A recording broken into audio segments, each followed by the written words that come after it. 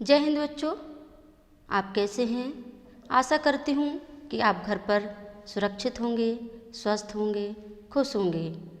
आज हम कक्षा 10वीं हिंदी विशिष्ट नवनीत सहायक वाचन भाग से पाठ 7 यक्ष प्रश्न वार्ता, जो कि पाठ्य पुस्तक से संकलित है, पाठ का अध्ययन करेंगे। यक्ष प्रश्न पाठ का सारांश। महाभारत ग्रंथ से संकलित इस पाठ में यक्ष और युधिष्ठिर के प्रश्नोत्तर के रूप में मानव जीवन में विभिन्न गुणों और अवगुणों का स्थान निर्धारित किया गया है। साथ ही इसमें माता पिता के महत्व को भी प्रतिष्ठित किया गया है।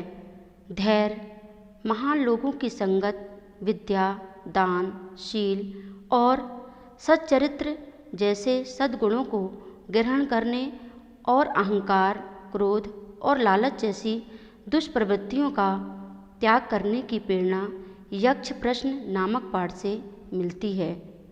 पानी पीने की इच्छा से आए अपने चारों भाइयों को मृत देख युधिष्ठिर दुखी होते हैं। सोचते हुए प्यास से व्याकुल हो तालाब की ओर जाते हैं। उन्हें प्रश्न पूछने की यक्ष की एक वाणी सुनाई देती है। वे प्रश्नों के ठीक उत्तर देते हैं। यक्ष प्रसन्न होकर एक भाई को जिंदा करने का वचन देता है। युधिष्ठिर नकुल को जीवित चाहते हैं क्योंकि वह उनकी दूसरी माँ माद्री का पुत्र है।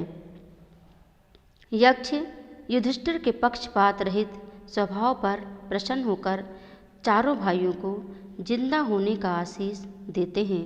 वे उन्हें अज्ञातवास में सुखी एवं सफल रहने का भी आशीर्वाद देते हैं। सभी पांडव मत्स्य देश में 1 वर्ष व्यतीत करने का निश्चय करते हैं। बच्चों, अब हम पाठ का अध्ययन करते हैं। युधिष्ठिर उसी विषैले तालाब के पास जा पहुँचे जिसका जल पीकर उनके चारों भाई मृत से पड़े हुए थे। यह देखकर युधिष्ठिर चौंक पड़े। असहाय शोक के कारण उनकी आंखों से आंसू बह चले। कुछ देर यूं विलाप करने के बाद युधिष्ठिर ने जरा ध्यान से भाइयों के शरीर को देखा। अपने आप से कहने लगे, यह तो कोई माया जाल सा लगता है। आसपास जमीन पर किसी शत्रु के पांव के निशान भी तो नजर नहीं आ रहे।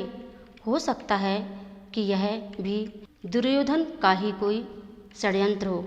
संभव है पानी में विष मिला हो। सोचते सोचते युधिष्ठिर भी प्यास से प्रेरित होकर तालाब में उतरने लगे। इतने में वही वाणी सुनाई दी। युधिष्ठिर ने ताड़ लिया कि कोई यक्ष बोल रहा है। उन्होंने बात मान ली और बोले, आप प्रश्न कर सकते हैं। यक्ष ने कई प्रश्न किए जिनके उत्तर युधिष्ठिर ने दिए। पहला प्रश्न, मनुष्य का साथ कौन देता है? उत्तर, धैर्य ही मनुष्य का साथी होता है। दूसरा, कौन सा शास्त्र विद्या है जिसका अध्ययन करके मनुष्य बुद्धिमान बनता है? उत्तर, कोई भी शास्त्र ऐसा नहीं है। महान लोगों की संगति से ही मनुष्य बुद्धिमान बनता है।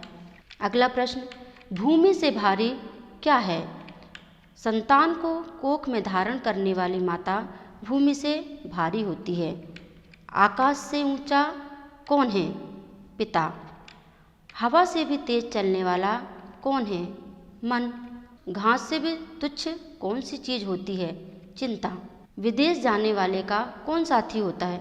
विद्या। घर ही में रहने वाले का कौन साथी होता है? पत्नी। मरणासन वृद्ध का मित्र कौन होता है? दान, क्योंकि वही मृत्यु के बाद अकेले चलने वाले जीव के साथ साथ चलता है। बर्तनों में सबसे बड़ा कौन सा है? भूमि ही सबसे बड़ा बर्तन है जिसमें सब कुछ समा सकता है। सुख क्या है?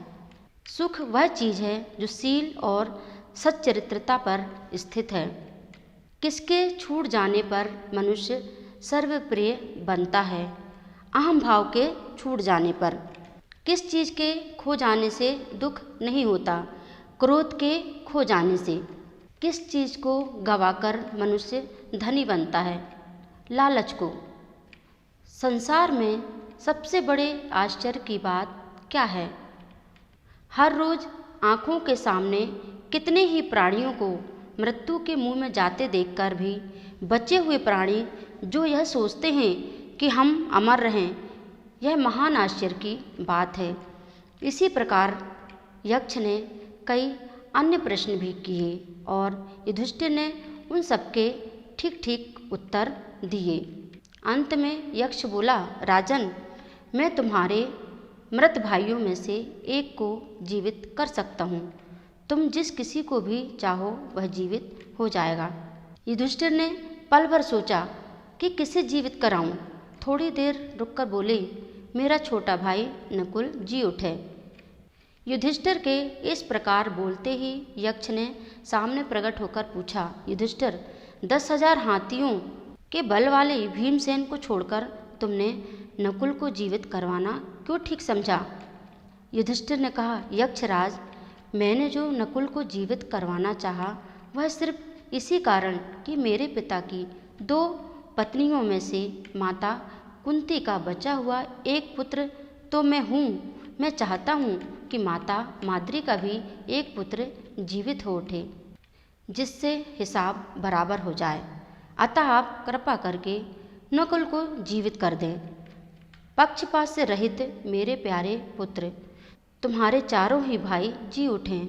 यक्ष ने वर दिया। उन्होंने युधिष्ठिर के सद्गुणों से मुग्ध होकर उन्हें छाती से लगा लिया और आशीर्वाद देते हुए कहा, 12 बरस के वनवास की अवधि पूरी होने में अब थोड़े ही दिन बाकी रह गए हैं। 12 मास तक तो तुम्हें अज्ञातवास करना है, वह भी सफलता से पूरा हो जाएगा। तुम्हें तुम्हारे साथियों को कोई भी नहीं पहचान सकेगा। तुम अपनी प्रतिज्ञा सफलता के साथ पूरी करोगे। इतना कहकर धर्मदेव अंतर्ध्यान हो गए। वनवास की कठिनाइयाँ पांडवों ने धीरज के साथ झेल ली। अर्जुन इंद्रदेव के दिव्य शास्त्र प्राप्त करके वापस आ गया। भीमसेन ने भी सुगंधित फूलों वाले सरोवर के पास हनुमान से भेंट कर ली थी और उनका आलिंगन प्राप्त करके 10,000 गुना हो गया था। मायावी सरोवर के पास युधिष्ठिर ने स्वयं धर्मदेव के दर्शन किए और उनसे गले मिलने का सौभाग्य प्राप्त कर लिया था। वनवास की अवधि पूरी होने पर युधिष्ठिर ने ब्राह्मणों की अनुमति लेकर उन्हें और अपने परिवार के अन्य लोगों से कहा कि वे नगर को लौट जाएं। युधिष्ठिर की बात मानकर सब लोग नगर लौट आए और यह खबर उड़ गई कि पांडव हम लोगों को आधी रात में सोया हुआ छोड़कर न जाने कहाँ चले गए। यह सुनकर लोगों को बड़ा दुख हुआ।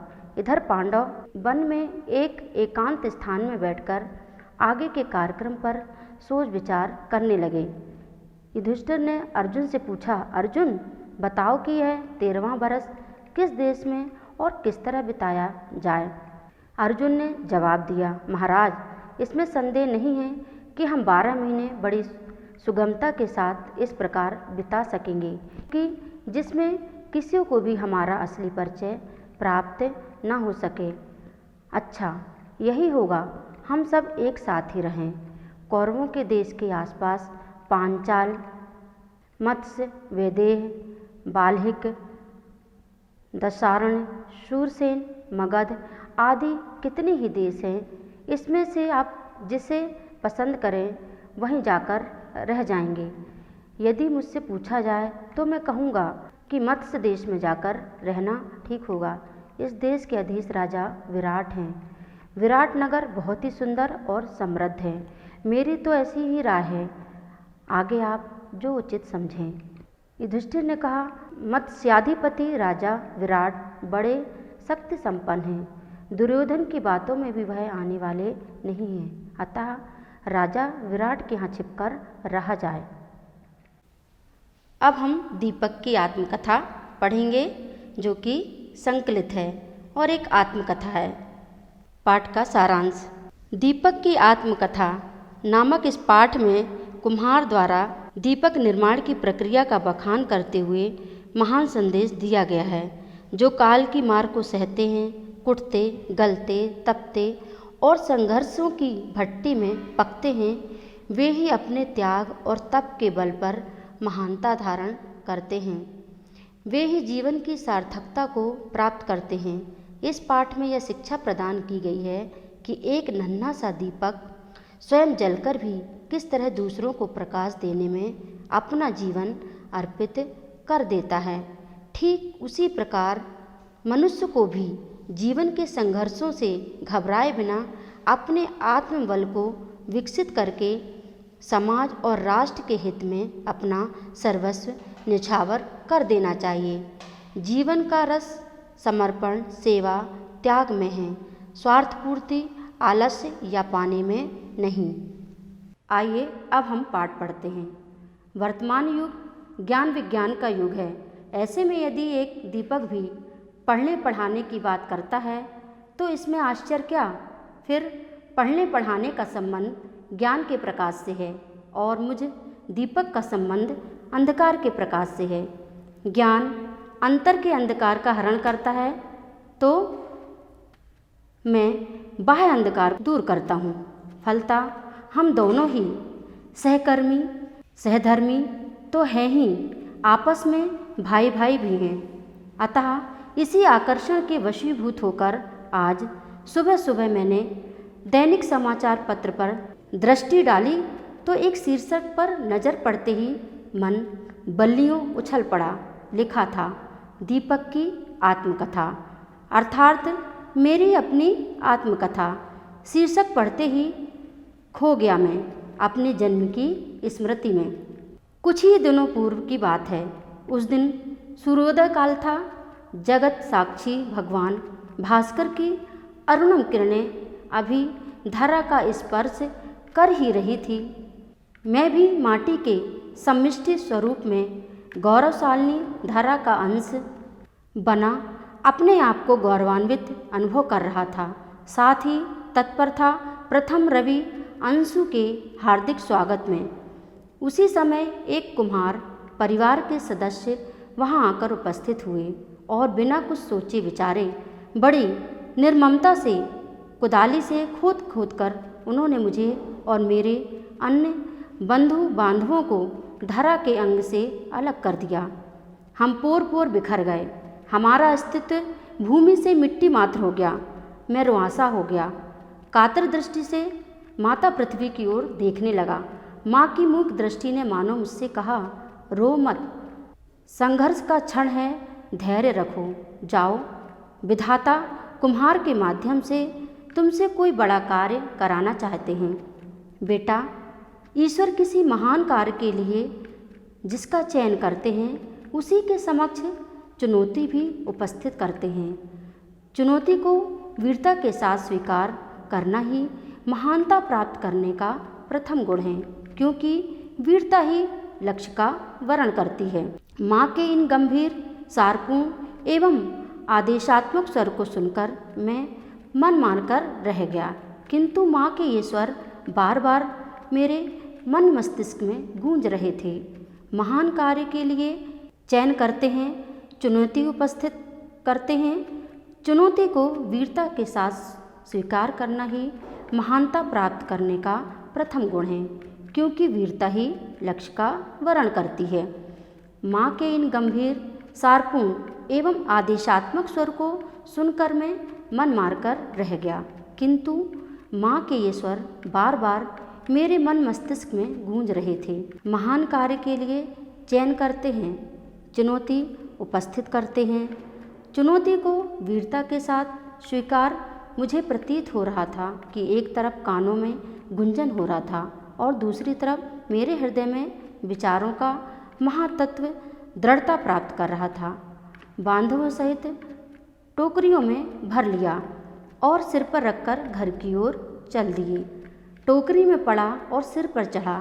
मैं सोचता रहा, पहले तो कुदाली के प्रहार से छत विच्छित कर दिया, फिर सिर पर चढ़ा लिया, किंतु दूसरे ही क्षण यह सोचा, यह भी विधाता का कोई नियम होगा अथवा मेरी सहनशक्ति का प्रतिफल। मुझे याद आया मेरी माँ धरती भी तो कितना कुछ सहन करती है, इसलिए तो वह स्वर्ग से भी महान है। कुछ ही समय के पश्चात एक छोटे से घर के समक्ष मुझे जोर से पटक दिया गया। उस आघात से मेरा पूरा शरीर झंझना उठा। मैं अभी संभल भी नहीं पाया था कि कुम्हार के बच्चे मुझे ज़ोर ज़ोर से कूटने लगे। मुझ में से खोज खोज कर कंकर अलग करने लगे। कुम्हार वहीं थोड़ी दूर पर बैठा बीच बीच में बच्चों को निर्देशित कर रहा था। कुछ ही देर में कुम्हार की पत्नी एक गागर में पानी भर लाई और मुझ कुटी मिट्टी में मिलाने लगी। पानी पाकर कुटाई की पीड़ा अभी कम भी नहीं हुई थी कि कुम्हार ने मुझे पैरों से रौंदना प्रारंभ कर दिया। उसके पैरों की रौंद इतनी तीव्र थी कि मेरे तो डर के मारे हाथ पैर ही फूल गए। कुम्हार ने जब मुझे पूरी तरह फूला और गुथा हुआ जान लिया, तब उसने बड़े लौंदे का रूप दिया। फिर मुझे घूरते हुए चाक पर रख दिया। चाक की तीव्र गति भी कम भय त्रासक नहीं थी। कुम्हार ने दोनों हाथों के सहारे मुझे गोल, लंबा और ऊपर से नुकीला बना दिया।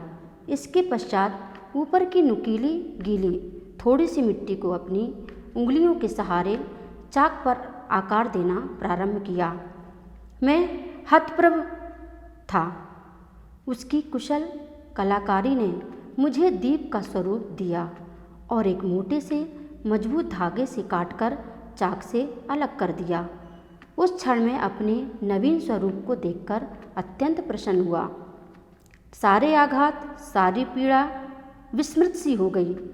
उस क्षण मुझे इस तथ्य का साक्षात दर्शन हुआ कि पीड़ा से ही सृजन का जन्म होता है।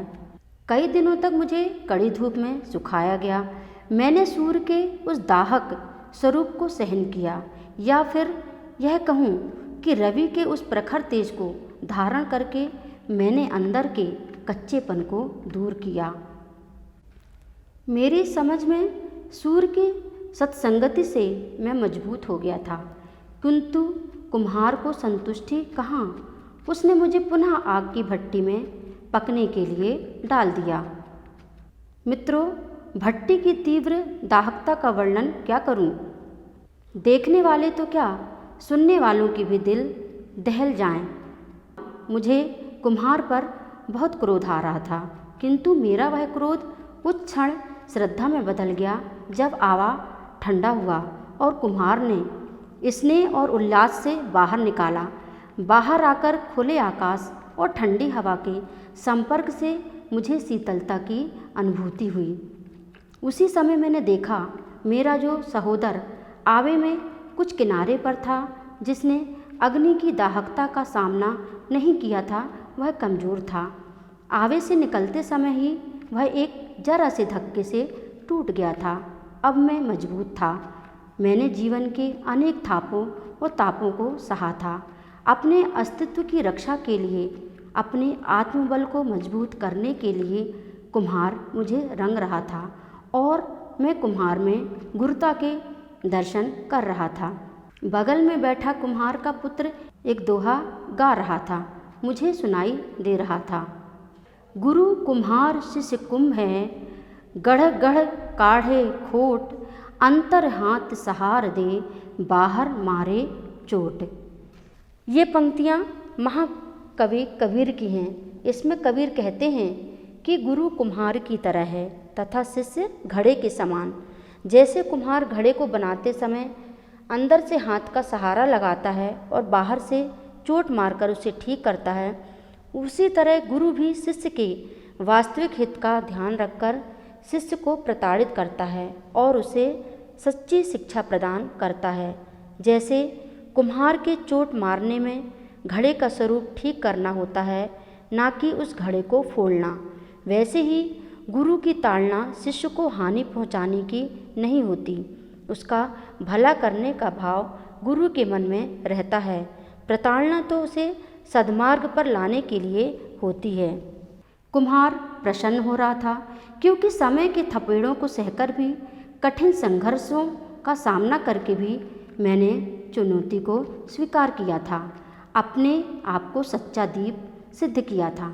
मैंने स्वयं बिककर कुम्हार को गुरु दक्षिणा प्रदान की और एक सुंदर से घर में प्रवेश किया।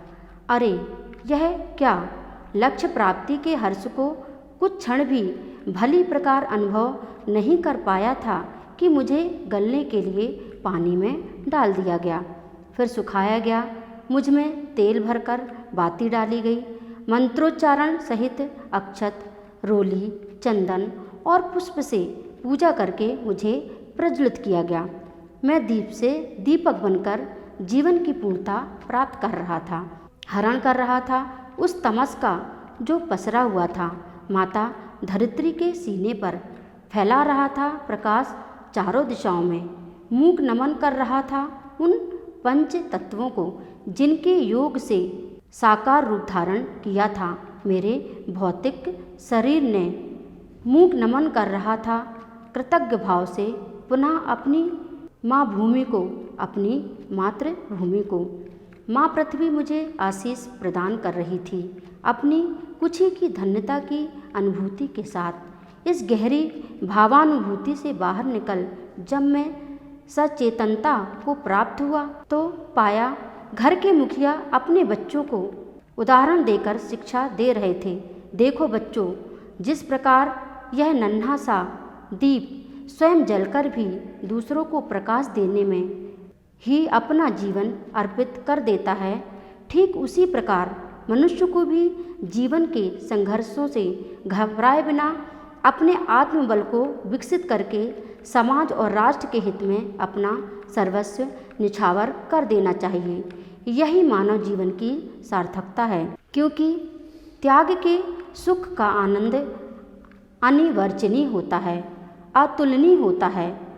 इस प्रकार मुखिया अपने बच्चों को समझा रहे थे और मैं सुन रहा था, संतुष्ट और प्रसन्न हो रहा था अपने जीवन की सार्थकता पर।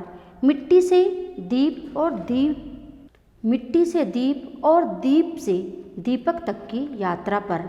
सच है, जो काल की मार को सहते हैं, कुटते, गलते और तपते हैं, संघर्षों की भट्टी में पकते हैं, वे ही अपने उस त्याग और तप के बल पर महानता धारण करते हैं और प्राप्त करते हैं जीवन की सार्थकता। प्रिय बच्चों, आशा करती हूँ कि आपको आज के ये पाठ समझ में आए होंगे। इससे संबंधित कुछ प्रश्न यहाँ पर दिए जा रहे हैं जिन्हें आप घर पर हल करने की कोशिश कीजिए। प्रश्न अभ्यास। पहला प्रश्न, ज्ञान और दीपक के आपसी संबंध को स्पष्ट कीजिए। दीपक से मानव जीवन की तुलना किस किस रूप में की गई है? दीपक की आत्मकथा नामक पाठ से आपको क्या प्रेरणा मिलती है? यक्ष के संसार के सबसे बड़े आश्चर्य संबंधी प्रश्न पर युधिष्ठिर ने क्या उत्तर दिया? युधिष्ठिर ने नकुल को जीवित कराने का निश्चय क्यों किया? वनवास की कठिनाइयों के बीच अर्जुन, भीम और युधिष्ठिर ने क्या क्या प्राप्त किया? बच्चों, आज की कक्षा यहीं समाप्त होती है। अगली कक्षा में हम फिर मिलेंगे। आप घर पे सुरक्षित रहें, स्वस्थ रहें, खुश रहें। जय हिंद।